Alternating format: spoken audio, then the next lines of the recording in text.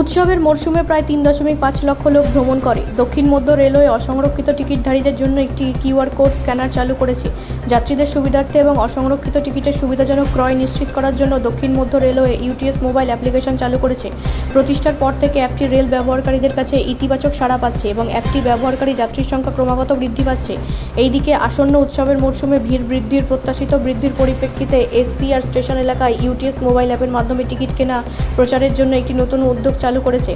তদনুসারে retro reflective jacket সংগ্রহ করা হয়েছে, যার পিছনে কিউআর কোড স্টিকার মুদ্রিত হয়। ইউটিএস অ্যাপ বা রেল ওয়ান অ্যাপের মাধ্যমে স্ক্যান করে অসংরক্ষিত টিকিট কেনার জন্য স্টেশন, কনকোর্স এলাকা, প্রবেশ গেট, টিকিট কাউন্টারের বাইরে ইত্যাদি জনবহুল স্থানে ইউটিএস মোবাইল অ্যাপ প্রচারের জন্য নিয়োজিত ব্যক্তিরা এই জ্যাকেটগুলি পরবেন।